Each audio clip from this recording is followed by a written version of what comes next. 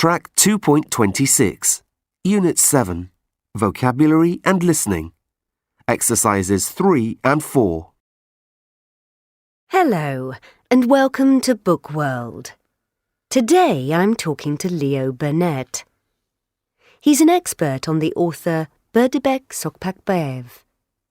Leo, welcome to the show. So where was Berdebek born? He was born in 1924 in the Almaty region of Kazakhstan. And what was his childhood like? Was it happy? No, he had a difficult childhood. His family was poor, and sometimes there wasn't enough money for food. Berdebek worked when he was young to help his family. But then his mother died when he was still quite young. That was worse than anything else. It was really hard for him. What about when he left school? What jobs did he do? After leaving school, he first joined the army for a few years. When he left the army, he moved to Moscow. He trained to become a teacher there, and he taught in Moscow for a few years. He wasn't a teacher all his life, though. Later, he worked for a film studio and also for a newspaper. Now tell us about his writing.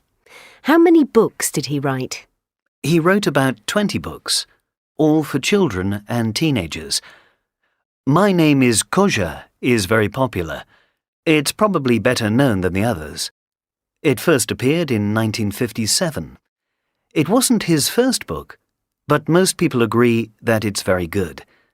It isn't very long, but it's very funny and quite moving sometimes too. A lot of young people still enjoy reading it today. And have you read all his books? No, I haven't, but I've read a lot of them. I want to read all the others too. And what was his big success? Oh, that was definitely My Name is Kozha. The book has become popular around the world. It has appeared in many other languages, including English and French, and it has also become a film. In 1967, it was one of the films at the Cannes Children's Film Festival in France, and it won an award. That was definitely Berdebek's big success.